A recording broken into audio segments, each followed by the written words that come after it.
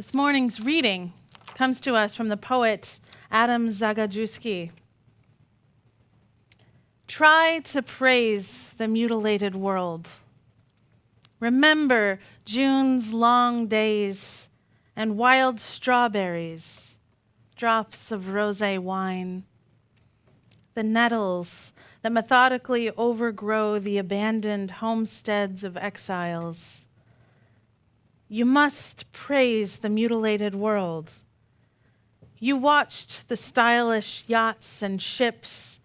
One of them had a long trip ahead of it, while salty oblivion awaited others.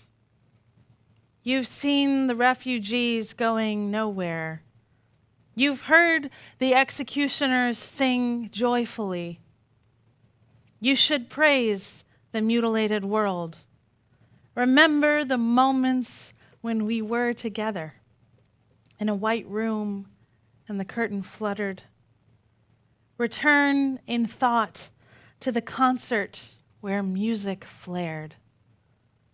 You gathered acorns in the park in autumn and leaves eddied over the earth's scars. Praise the mutilated world and the gray feather a thrush lost, and the gentle light that strays and vanishes and returns. So ends this morning's reading.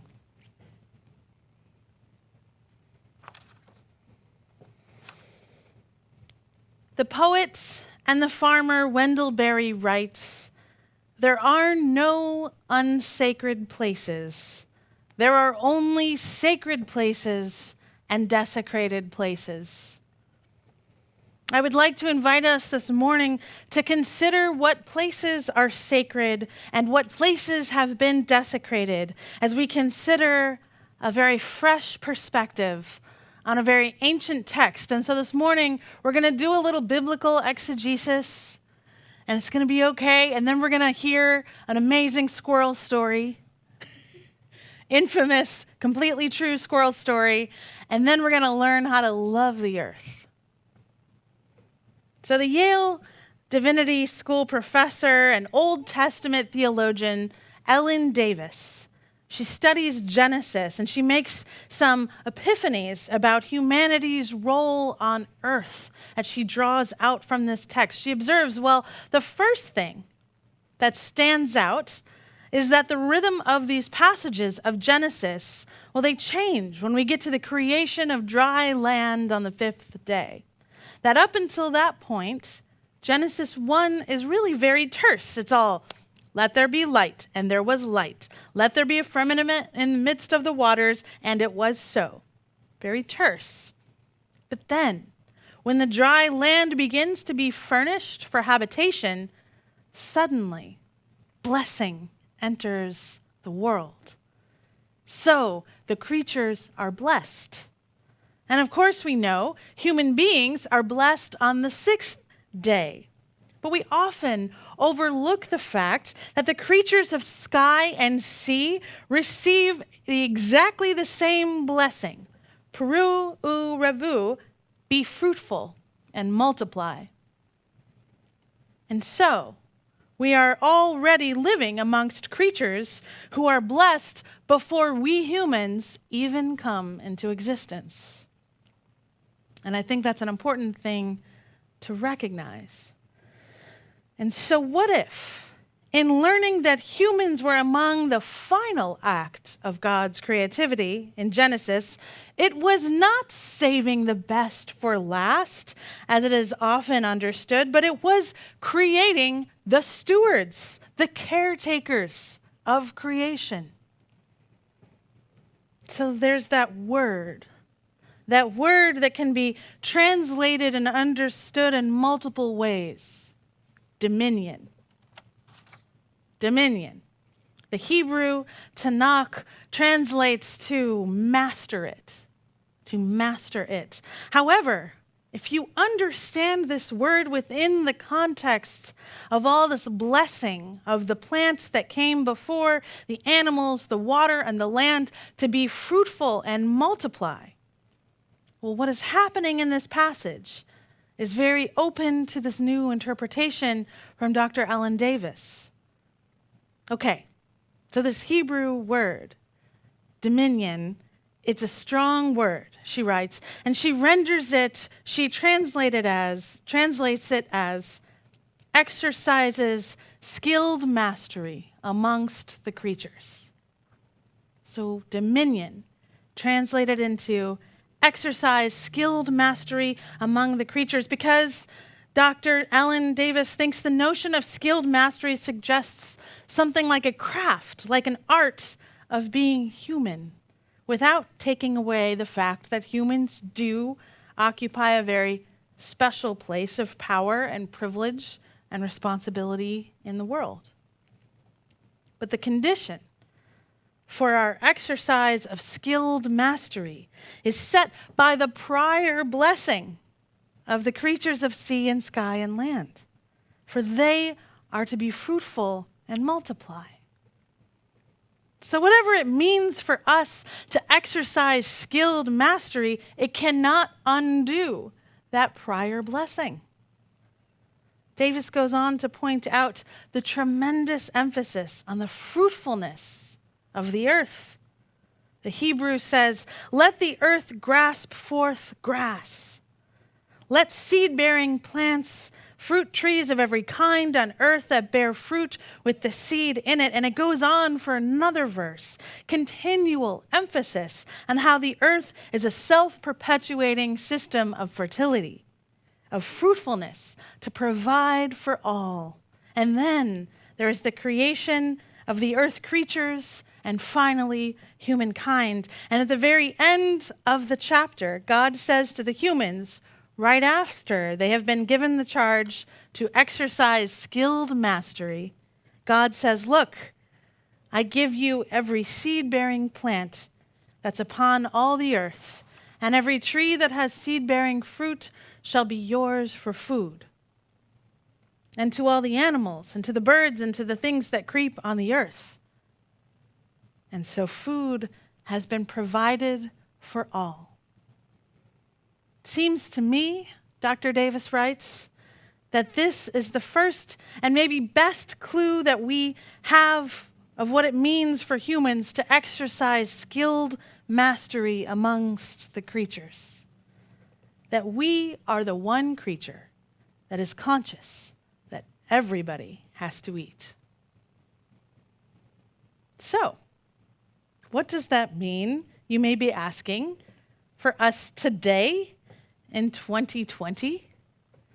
What does it mean to exercise skilled mastery amongst the creatures? And how do we do this anyway?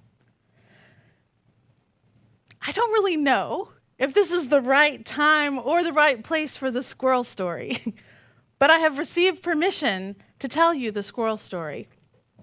It is a somewhat gruesome story, so prepare yourselves. This is a trigger warning.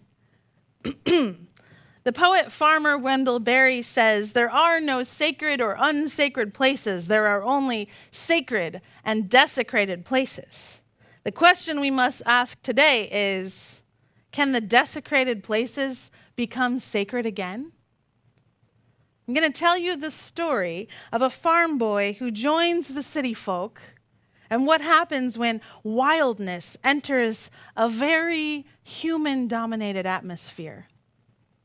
Okay, it was the summer of 2011, and James, my husband, and I had just moved to New York City.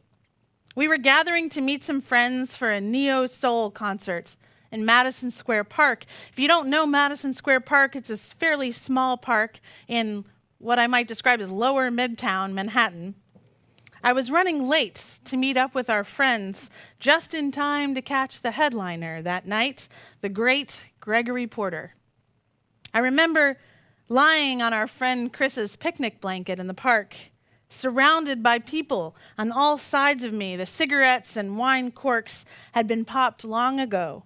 It was, by that point, quite a raucous crowd, and like all summer concerts in New York, a crowded crowd.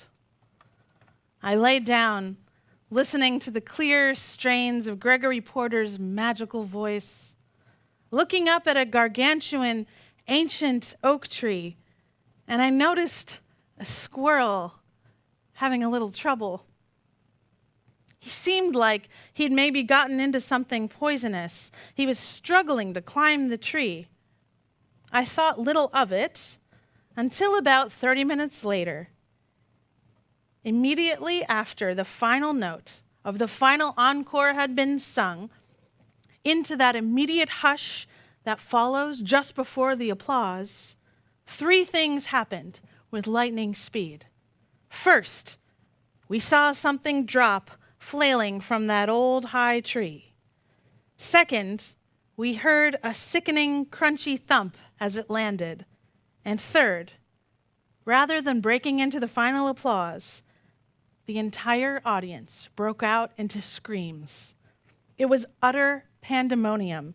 Grown men, city folk all, were screaming high-pitched screams, running for their lives. People were making gagging sounds, grabbing their things, and running for the nearest taxi. James corroborated my memory of this all last night. It is completely true. Gregory Porter never got his final applause. Through the chaos and the whirlwind and everybody running away, only one man stood up and walked slowly but steadily toward that scene 15 feet in front of us. That man was my husband, James Richards, born and raised on a cattle farm in central Kentucky, a New Yorker for 2 weeks and some change. We saw the squirrel was still alive, you see, and it was trying to get up. And that's all I will say about that for now. Children were crying. Mothers were covering their eyes. Men raised on mean streets were holding each other for dear life. James asked one of them for a plastic bag. "What?" the guy squeaked. "What will you do?"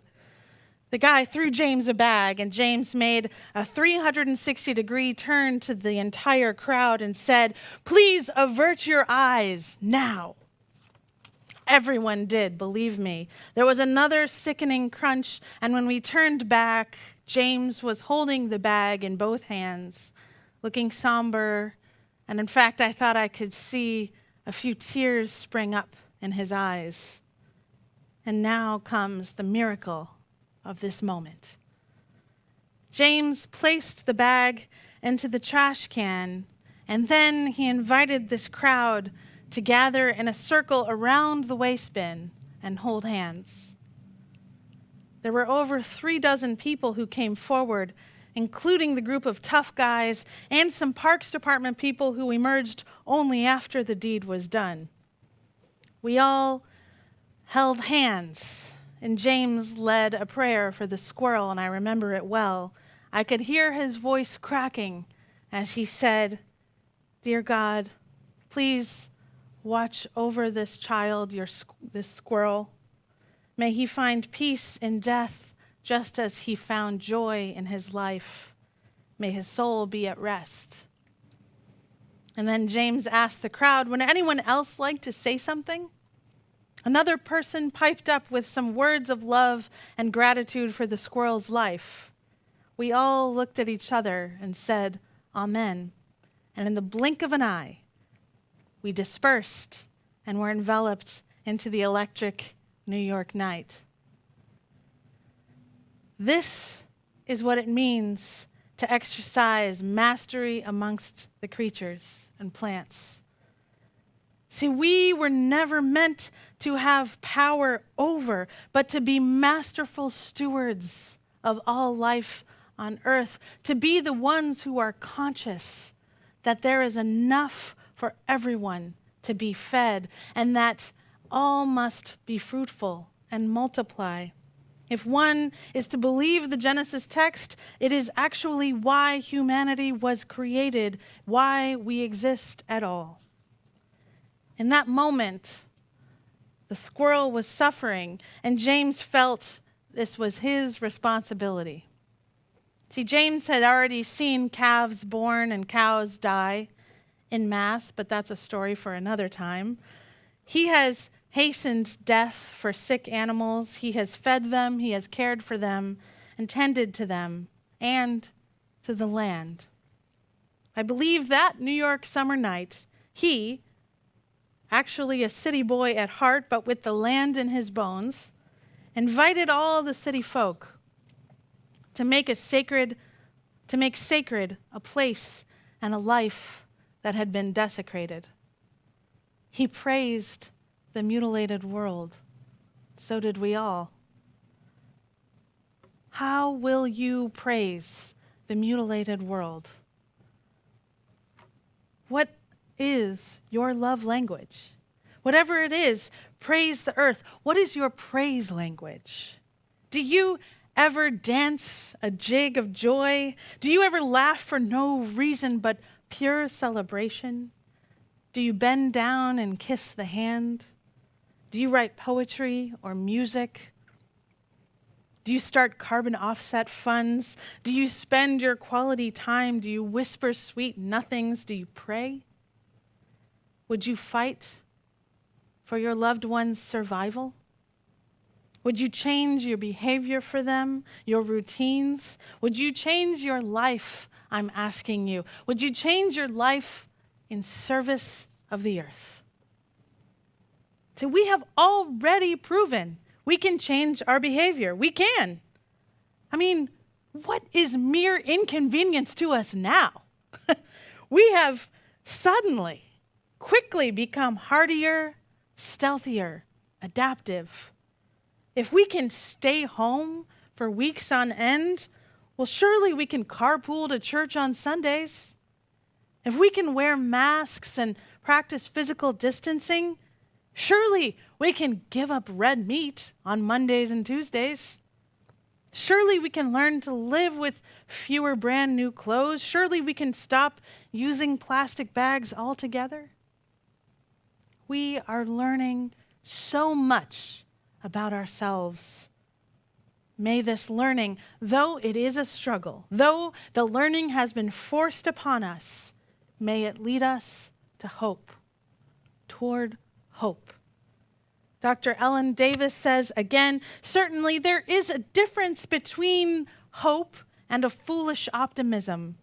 And in order to have hope, you have to see the depths and the dimensions of the problem. We have seen the dimensions of the problem we face. We have learned to change our lives in order to save the lives of others who we have not even met. May we extend that same courtesy to future generations. Can I get an amen? I can't, but maybe. Okay. All right. May we fulfill our human destiny of exercising mastery amongst the creatures. Whether we have been put on earth to care for the food cycles and the life cycles of all beings, or whether we are here as just a mere part of it all, let us love creation or nature, the earth. Let us actively love the earth like we would love a partner. And so I was thinking about this, applying Gary Chapman's 5 love languages to a love of earth, of nature. The 5 love languages, if you're not familiar with them, one is quality time. So spend quality time with nature. What does that mean?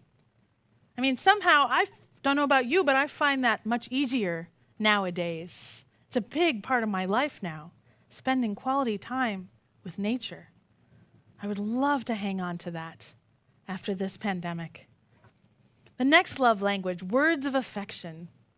Whisper words of affection, whether it's a call for a prayer of gratitude, as James did in Madison Square Park, whether it's a song, whether you sing to your plants as you water them, whether it's a simple thank you when you see a shooting star. Words of affection. Acts of kindness. I mean, what have you done for the earth lately? Planted a tree? Started composting? Taken a day off from driving? Let us continue beyond this time of pandemic to do acts of kindness in love for the earth. Physical touch is one of the love languages. Tend some soil. Sure, hug a tree. Help an animal in need. Physical touch. Gift giving. Make a donation to the National Resource Defense Fund. Or, of course, UUCA's new carbon offset fund. Gift giving. There's so many ways to do this. Earth activist Rachel Taylor writes, "The secret is that you don't get a break to build a better world. You have to do it while still surviving in this one." And while I think she's right, in a way, I also think we have gotten a little break. May this time be the fertile soil where hope is cultivated, giving rise to something new, a new society, to the Green New Deal. Yes, a set of policies that will bring about jobs and an economy that is built on sustainability. I mean, it won't happen before November, let's be real, but that could happen. To me, that fertile ground of hope seems more real than ever before, actually. May we find new ways to praise the mutilated world, and in our praise, take what has been desecrated and make it sacred once again. Amen. Blessed be. May it be so.